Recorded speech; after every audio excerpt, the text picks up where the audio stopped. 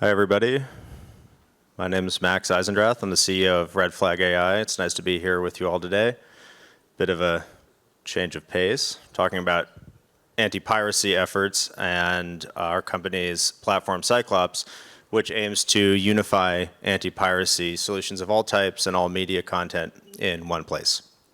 So I'll go through a high-level overview of the problem, what's going on in piracy these days in general. Some of that may be familiar to some of you. Hopefully I won't spend too much time on that. And then talk about some of the distinctive qualities of Cyclops, what we're providing there that might be useful for some of your content.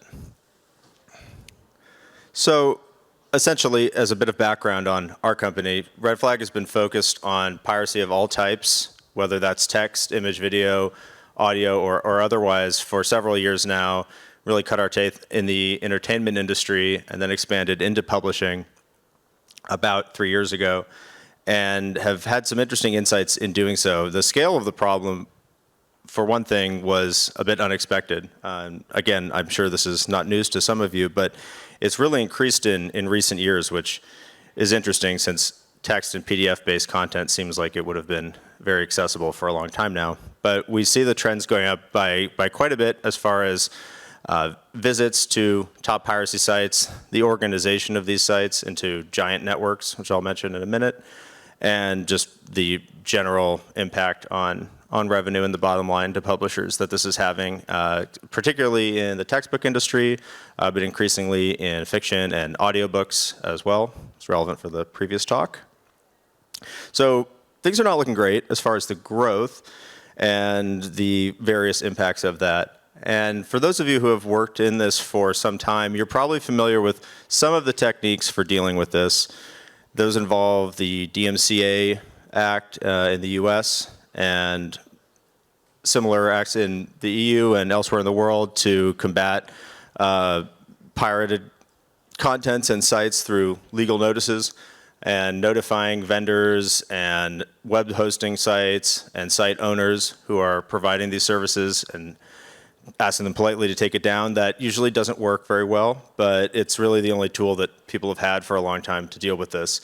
And as you can see, in recent years, the percentage of overall piracy related specifically for publishing has both exploded in terms of volume, but also consolidated in terms of the areas of focus around these giant sites where most of the piracy is taking place.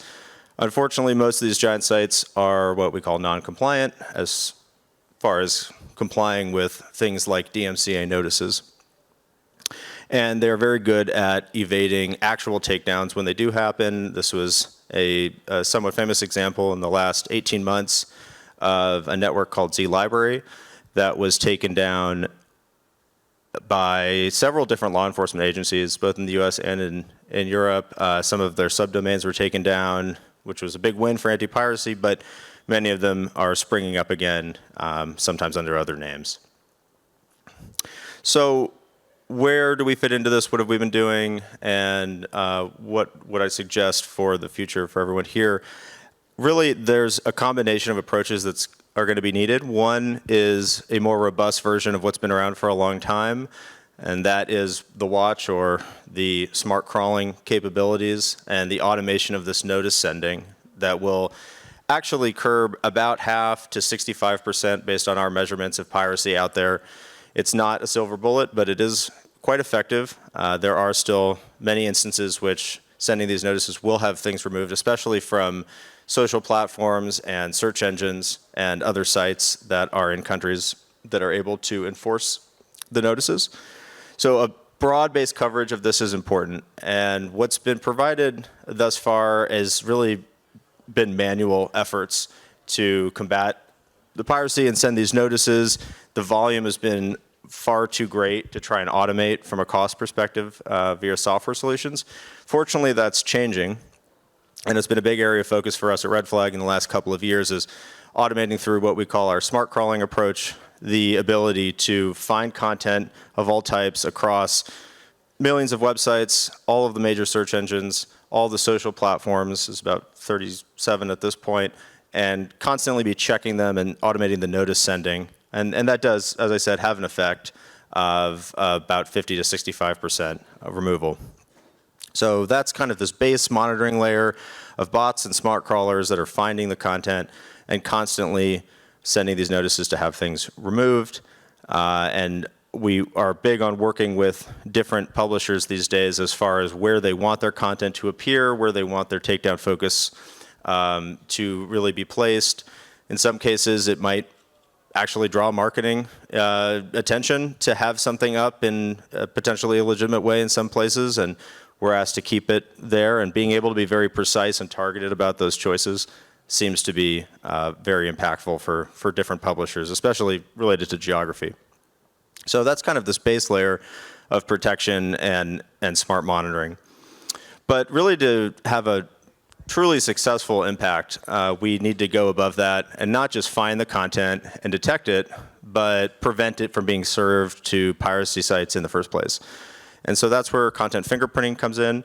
Some of you may have heard of just the concept of fingerprinting has been around for quite some time, but again, doing it at scale and implementing the effects of using it in this way weren't cost efficient, among other things, in the past. So these types of approaches really haven't been tried, and we're having some great success with some great infrastructure partners that really want to deal with this problem on kind of the ISP, internet service provider, and CDN, content delivery network level, but really have had too many things going on and not enough support to do so. So long story short, in addition to the monitoring, we're providing this content fingerprinting that's able to act as effectively a sort of gateway mechanism to the actual servers that many of these non-compliant sites are using, and filtering all of the content that is being sent out from these servers to the sites through this fingerprinting mechanism that's matching up, is this legitimate content, is it going to an authorized location or not,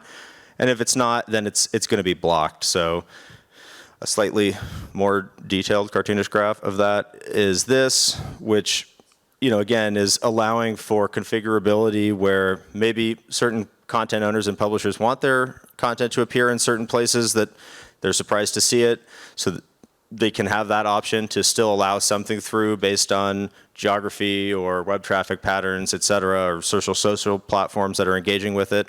But by and large, this is a very specific and targeted way to protect your content and make sure it's not even going out in the first place, and circumventing this problem of sending notices that often aren't complied with. So, you know, in a nutshell, what we want to do is combine these things into one larger solution that is constantly scanning and monitoring for the content that's already out there, can't be blocking it if it's already out there, and then going forward, being able to prevent sites from serving this content where it shouldn't be, even if they are non-compliant to legal notices. And so we hope this is going to be a major breakthrough in that last very stubborn 30 to 40% of piracy sites, particularly for publishing. As I said, the good news is that many of the major providers are keen on helping with this. And I'd love to talk to any of you who would like to enter into this trial period as we're bringing on new publishers and getting out of the entertainment industry to focus also on publishing with this fingerprint protection via the Cyclops platform. So thank you. Short talk. I'm happy to take any questions if anyone has them, or I'll be around later. Thank you.